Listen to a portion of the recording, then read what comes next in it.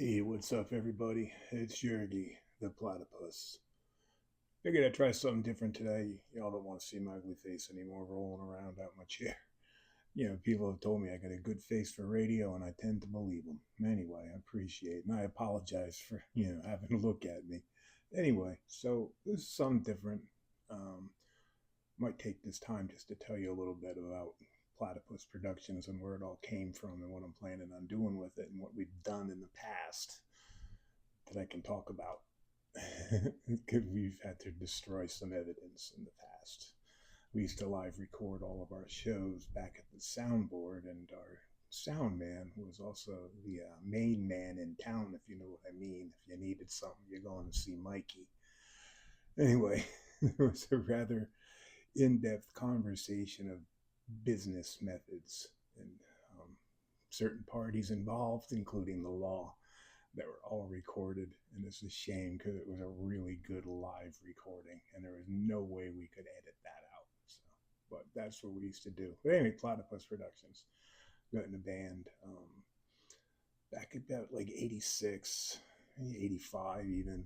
Hooked up with some guys at an ad at the music store. Used to go to the music store and they used to sell these things called records on vinyl. They had cassette tapes. They didn't really sell 8 tracks anymore, but they probably did have them. The cool thing about music stores is you go and get blacklight posters and T-shirts, and it wasn't like today. And you were lucky to find a T-shirt, and it never was your size. And so, um, and they used to sell bongs and bowls and rolling papers, like little head shops, real on the down low. So it was fun. It was fun breaking the law back then. It was serious too. You got caught with weed, you were in trouble.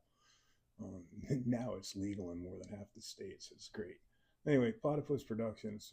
The band was called Riff Raff, and we had a gig, and we made our little posters that we would hang up around town. We'd go out, 2 a.m., plastered the town with flyers for our show, and the band was Riff Raff. So we're watching this show about platypus, and I don't know, it just seemed funny, and we were smoking pot, and it seemed even more funny at the time. And they say you can tell God was a stoner because just take a look at the platypus. Yeah, it's got a duck bill. It's got a tail like a beaver. It lays eggs, and I think it's the female even has a poisonous spike on its foot that's more venomous than a cobra snake. So it's a pretty badass rock and roll animal. And so we got this show coming up with, I think it was the Studio One, either the Show Place or Studio One. I don't know, place in New Jersey. People might remember it. But so we got this rolls off the tongue one night right after I looked the joint, and it was Platypus Productions proudly presents an evening with Riff Raff at, we'll say it was Studio One in Newark. And funny thing with that show, man, we sucked. We brought like 5 people with us, but we thought it was going to be a cool night because Manowar was playing. Well, Manowar was playing the big room, and we were playing the little shitty room upstairs. So anyway, that was our first show. Platypus Productions proudly presents Riff Raff. It was fun.